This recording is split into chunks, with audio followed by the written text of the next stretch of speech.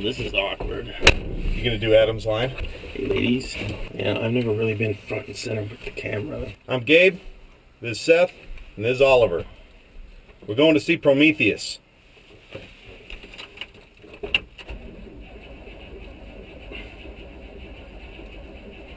This is the part I hate. Come on, you know I love you. How on earth are you supposed to do like a pre-movie review on a movie you know nothing about? The reason I know nothing about it is because I don't want to know anything about it, because I already know I want to see this movie.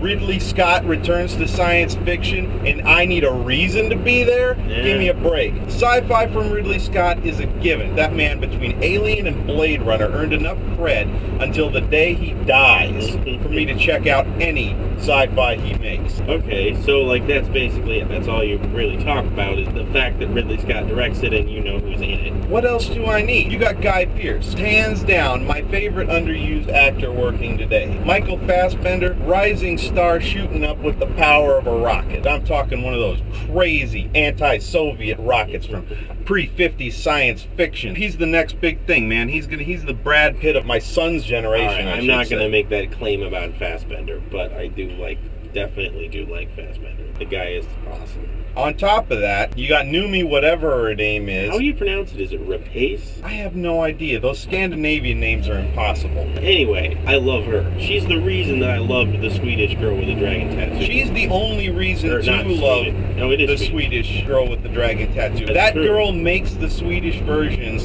the superior versions just because she's in it. Everything else about the American versions is better. And yet it's still, the Swedish versions are still better. The Swedish version is still better. Just because she does such a fantastic job. Just because of her. Personally, I think it's freaking awesome that some girl who was in the Swedish movie or whatever is all of a sudden like an A-list American actress. I think that's super cool. I'm stoked about her in this, and I hope that it's just really awesome and she's really awesome in it. I agree. I can continue to just be a big fan, because I'm totally a fan of hers. Which is weird, because I got a lot of actors that I really like, but I'm not a huge fan of a lot of actresses. I won't like go see a movie because they're in it, but her and Ellen Page are well, I'm more of a fan of Ellen Page than her, but they're definitely. So anyway, I'm stoked about her in this movie. And then of course Fassbender and Guy Pearce. And you know who I'm excited about that I didn't even realize was in it until yesterday when I was looking up movie times? Charlize Theron. You didn't know Charlize Theron was in it? No idea. Oh. But honestly, after Snow White and the Huntsman, which she was the only really great part of that movie. You remember what you said in the Battleship review about one person being good making the rest of the movie more shitty? Shut up, I stand behind my review of Snow White and the Huntsman, and will continue to do so. Alright, we've dominated the talk for a few minutes here. Let's flip to the boy. Ollie, what do you know about this movie so far? Not what you know about it, what do you think about what you know about it? I'm excited that Ridley Scott's making a new sci-fi movie. I really like Blade Runner and Alien. Very good movies. Yeah. How about Guy Pearce? How do you feel about Guy Pearce after Lockout? I just hope he doesn't get another douchey role. You thought Lockout was douchey? Very. I don't know. There's just something in me that just loves the like douchey action hero movie from time to time. I agree, he was kind of douchey in that movie, but it's like Duke Nukem. He's supposed to be that way. Like it was a self-aware level of douchiness. So for that, I liked it. Did you get to see any of the preliminary Prometheus videos? Because they did 2 videos that are not in the film at all, and they're really interesting. I deliberately avoided everything. Yeah, but these aren't advertising. These I deliberately avoided everything to do with this movie. I said this last night when discussing it with Adam, who sadly could not be here today. Even the tagline from the poster, "The search for our beginning may lead to our end," is more than I want to know about this movie. If I didn't even know the title, that would be the best situation for me to go into a movie knowing zero about it. That is my ideal situation for a movie I know I want to see. Yeah, but in this situation, those things were part of the story. If you have to have seen the advertisements in order for the story to become evident, then the filmmaker did a shoddy job. And if there is one thing I feel like I can count on Ridley Scott for, it's that he's not going to do a shoddy job here. You don't need him to understand the story. It just makes the whole experience richer. You know what? I will go back and watch them after I've watched the movie, and then they will have a chance to enrich my experience. Alright. All I can say is I watched those, and Guy Pearce does like a monologue in one of them. Fantastic. Guy Pearce is fantastic. Speaking of Guy Pearce being fantastic, and Ollie, this is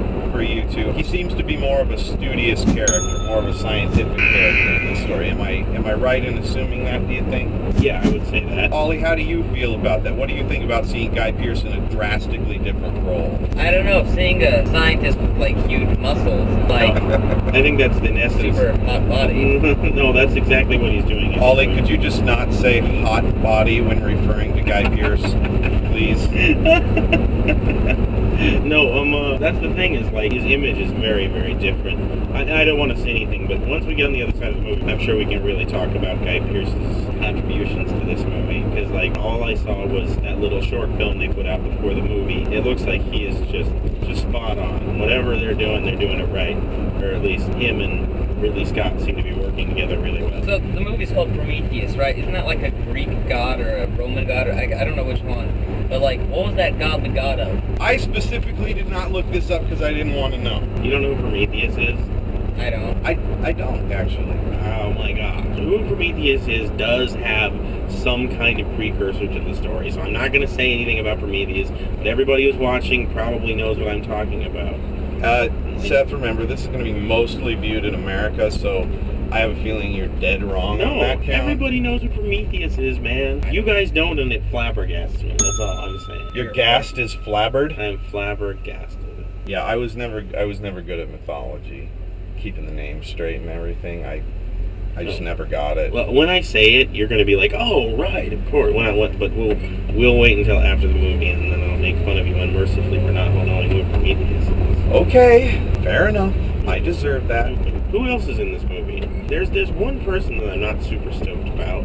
I don't know his name though. What do you know him from? I can't place it.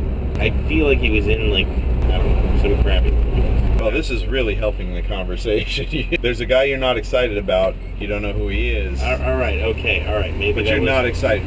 Well, fair enough. That's how not excited I am. All that I know is that I'm not excited. I'm unexcited. I met a guy who saw Blade Runner, and he said it was a crappy movie. I couldn't believe it. There are just people who just don't get movies like that. Yeah, like, he was like, "It's so stupid when the person's running through the glass screaming. Just silly. I laughed my butt off." Those are the influences you have to try to avoid as you're growing up. So, needless to say, I am positively myself to see this movie. I haven't been this stoked about a movie since, well, in a while. That's how I was this stoked that I watched Terminator 2.